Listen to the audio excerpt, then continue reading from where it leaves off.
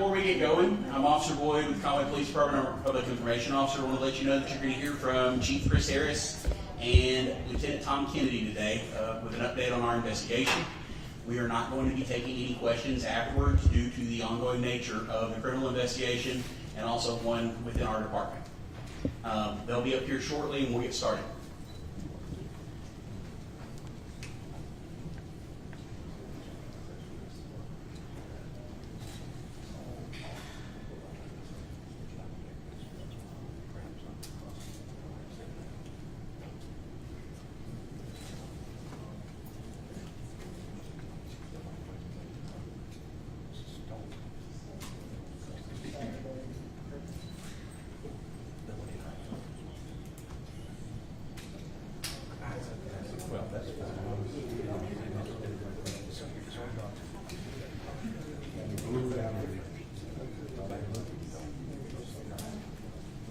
See how you got it set up?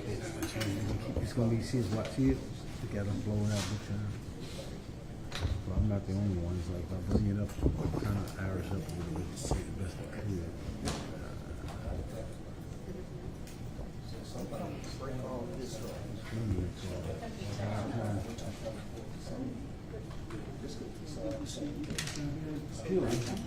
I tell you what, give me a second after that.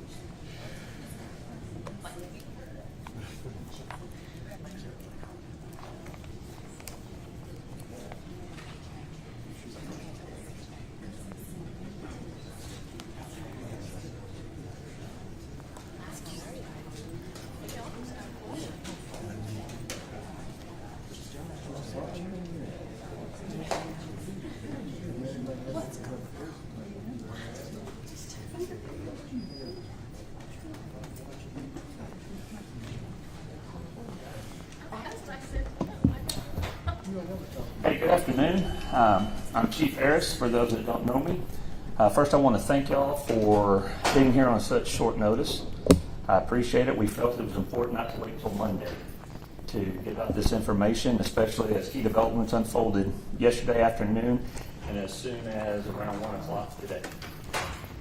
Today, we're here to provide updates on arrests that have been made, as well as arrest warrants that have been sought for individuals for the shootings at Fifth Avenue Park and the shooting on UCA campus.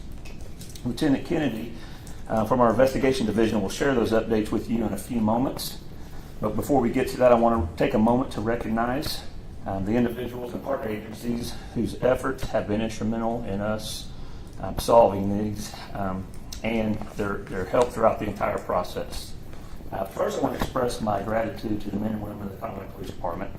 I especially want to commend the men and women who were on patrol the night of both shootings. Their swift response and immediate action, applying tourniquets and performing other life-saving measures, undoubtedly made a critical difference. Their professionalism and courage in the face of chaos deserve our deepest respects. Second, I want to recognize the dedicated men and women of our investigation division. They work relentlessly day and night to piece together the facts, identity of those responsible, and to bring them to justice. Their commitment to seeing these cases through exemplifies the very best of law enforcement. I also want to extend my sincere thanks to the United States Marshal Service, Eastern District Fugitive Task Force. Working alongside our investigators, they traveled and will continue to travel this state in pursuit of the individuals who are now know that they are wanted and they're on the run. It's partnerships like these that strengthen our ability to track down and apprehend dangerous individuals swiftly and effectively. Finally, these investigations have gone across the state and sometimes across state lines. I would also like to thank the Arkansas State Police once again, Cabot Police Department, Lonoke County Sheriff's Department, and the Austin Police Department. If there is someone or an entity that I forgot, I apologize. Now I'd like to invite Lieutenant Kennedy up to the podium to give an update on both investigations.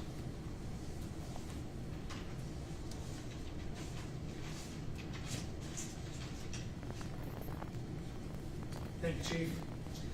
I'll give some updates as far as the two shootings that we've worked over the past 12 days, and we'll start off with Fifth Avenue Park shooting, which happened on April 13th. A lot of key agencies that were involved in helping us with this was the U.S. Marshals, ATF, the State Police, FBI, Faulkner County Sheriff's Office. There was a prosecutor, Carol Cruz, in her office, Faulkner County Office of Emergency Management, the Street Department, Fire Department, and Packard. A lot of entities came together to help with this. And this is what has kind of culminated. On Sunday, the 13th, at around 6:43 p.m. in the evening, there were approximately 73 rounds that were fired at Fifth Avenue Park from 7 different weapons. Okay, we know that because of ballistics testing that we can do and to match up casings with different firearms. There were 2 fatalities in that shooting and 9 other victims that had gunshot wounds that were brought to local hospitals and treated.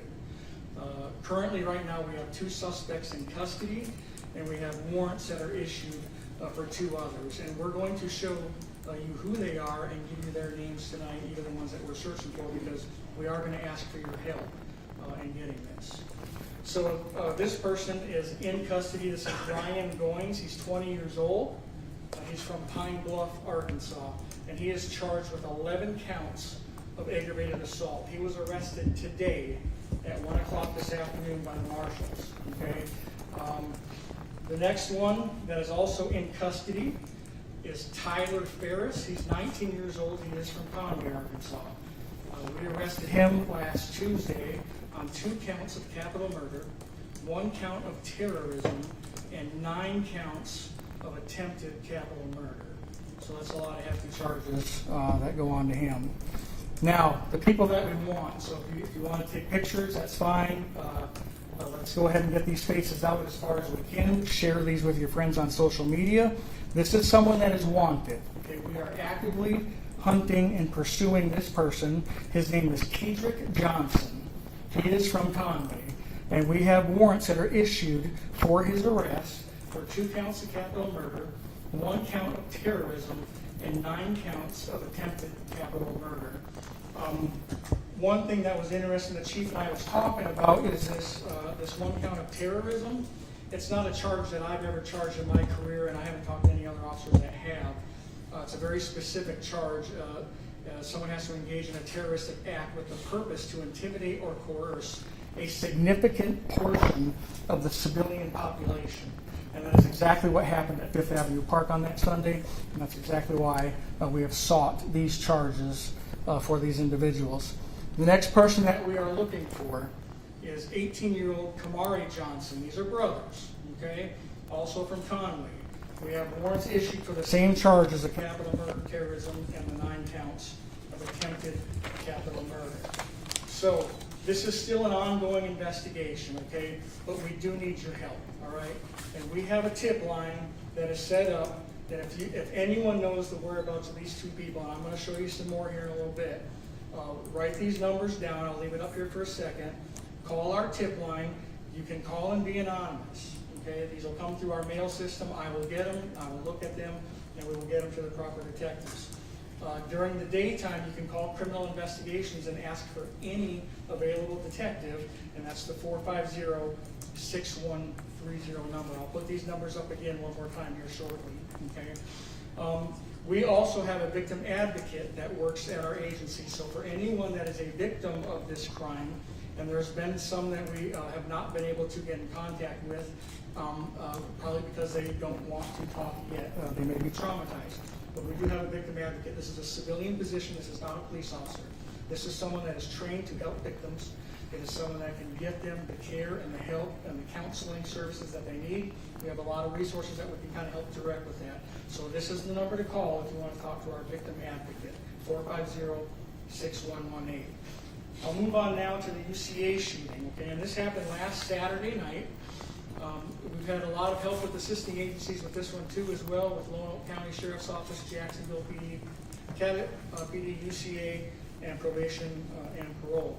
And so on Saturday, the 19th at 1:05 in the morning, there was approximately 29 rounds fired from 4 separate guns. Okay, we currently have 3 suspects in custody on this. The 4th and final one, we have a warrant issued for them. This case, we've identified everyone. This case is solved. We've got some more work to do to bring to the finish line, but make no mistake about it, we've identified everyone in this case. There was 1 gunshot with local hospital and has been released. So the persons that are in custody right now, 20-year-old Landon Miller, he's from Cabot, Arkansas. He was arrested that same day for 1 count of first-degree battery, which is a B felony, and 1 count of hindering apprehension. Now, I want to talk about this hindering apprehension, and I want to talk about it because there are no doubtedly people that are watching this that know where someone we're looking for is at. So I want to spell this out very clearly. Felony hindering apprehension, if you harbor or conceal anyone, and we're showing you who we have warrants on.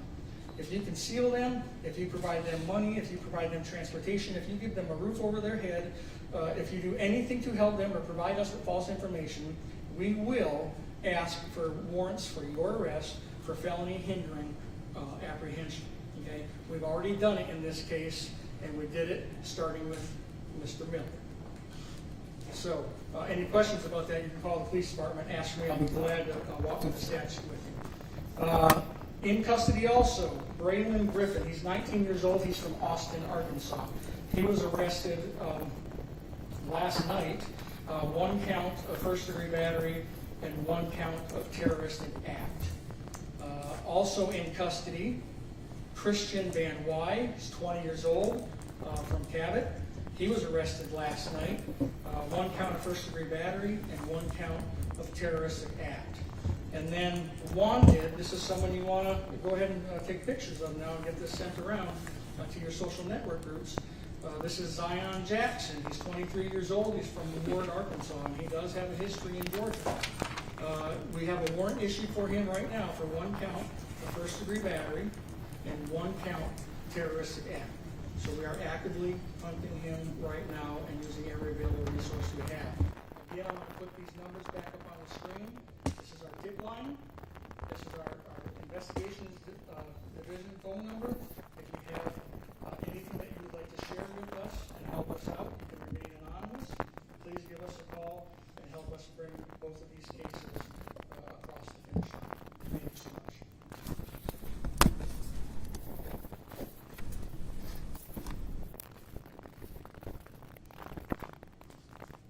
Now you'll see when I say why I offer my praise to them. They've been busy night and day bringing this to a closure.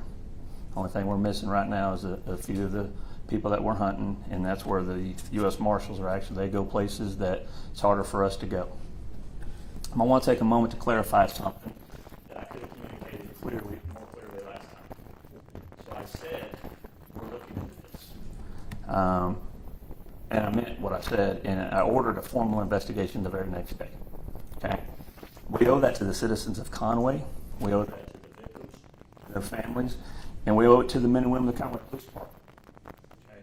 I have a very high standard for our department, so something of this magnitude we're going to look into to make sure that we did everything correctly. These investigations aren't about pointing fingers. They're about identifying what we did well, where we fell short, and where changes may be needed to improve how we serve our community. So the investigation is still going, and we're combing over every piece of thing we can look at. As the Conway Police Department, we hold ourselves to a high standard. I do. And I'm proud to say that the men and women of this department rise to meet that standard every single day. Their dedication and professionalism are evident in everything they do, and I think this proves right here. So we're going to continue to move forward with this, and we'll put out more information as it becomes available and when we can. So once again, I appreciate y'all coming out today. Thank you.